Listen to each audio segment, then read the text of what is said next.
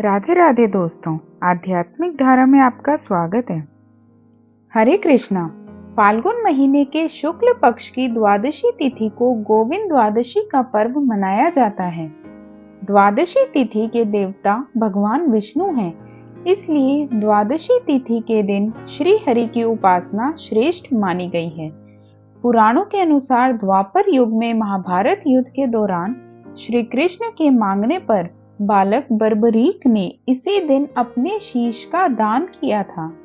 कलयुग में शीश के दानी को ही बाबा खाटू श्याम के रूप में पूजा जाता है। खाटू श्याम जी मंदिर में फाल्गुन मास शुक्ल पक्ष में बड़े मेले का आयोजन होता है, जिसमें देश के कोने कोने से श्रद्धालु आते हैं।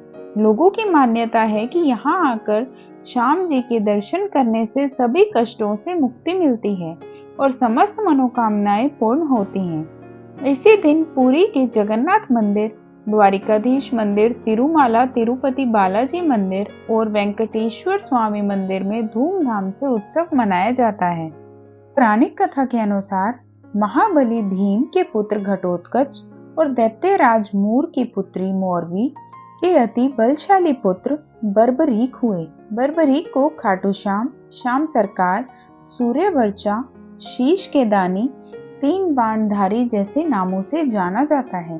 एक बार परम तेजस्वी बर्बरीक ने श्री कृष्ण से पूछा, हे प्रभु, इस जीवन का सर्वोत्तम उपयोग क्या है? श्री कृष्ण बोले, हे पुत्र, परोपकार व निर्बल का सहारा बनकर सदैव धर्म का साथ देते रहना ही जीवन का सर्वोत्तम उपयोग है। इसके लिए तुम्हें बल और शक्तियां अर्जित करनी पड़ेंगी। अतः तुम महिसागर क्षेत्र में नवदुर्गा की आराधना कर शक्तियां अर्जित करो। बर्बरीक ने 3 वर्ष तक कठोर तपस्या कर माँ दुर्गा को प्रसन्न किया।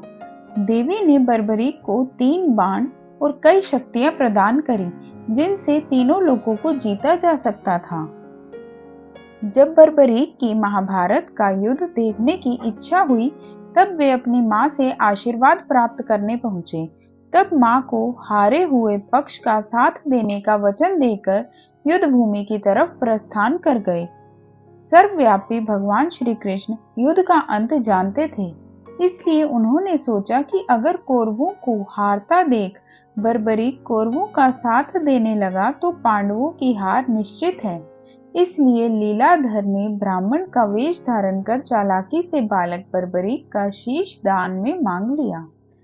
बर्बरीक को आश्चर्य हुआ कि कोई ब्राह्मण उनका शीश क्यों मांगेगा।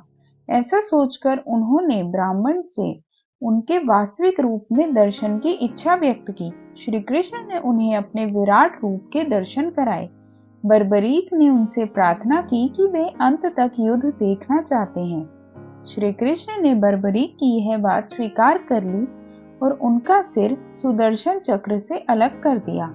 शीश काटने के बाद मां चंडिका देवी ने वीर बर्बरीक के शीश को अमृत से सींचकर देवत्व प्रदान किया। तब इस नवीन जागृत शीश से श्री कृष्ण बोले, हे वत्स, जब तक पृथ्वी, नक्षत्र और सूर्य चंद्रमा हैं, तब तक तुम सब लोगों के लिए पूजनीय हो जाओगे। इस तरह उनका शीश युद्ध भूमि के समीप ही एक पहाड़ी पर सुशोभित किया गया, जहां से बर्बरीक संपूर्ण युद्ध का जायजा ले सकते थे। श्री कृष्ण ने युद्ध की समाप्ति के बाद बर्बरीक के शीश को पुनः प्रणाम करते हुए कहा, हे वीर बर्बरीक, आप कलयुग में मेरे नाम से सर्वत्र पूजित होकर अपने भक्तों के अभीष्ट कार्य को पूरा करोगे। ऐसा कहने पर समस्त नभ मंडल उल्लासित हो गया और श्याम बाबा के देव स्वरूप शीश पर पुष्प वर्षा होने लगी। हरे कृष्णा। वीडियो पसंद आए तो वीडियो को लाइक करें, शेयर करें, चैनल को सब्सक्राइब करें और बेल आइकन जरूर दबाएं। धन्यवाद।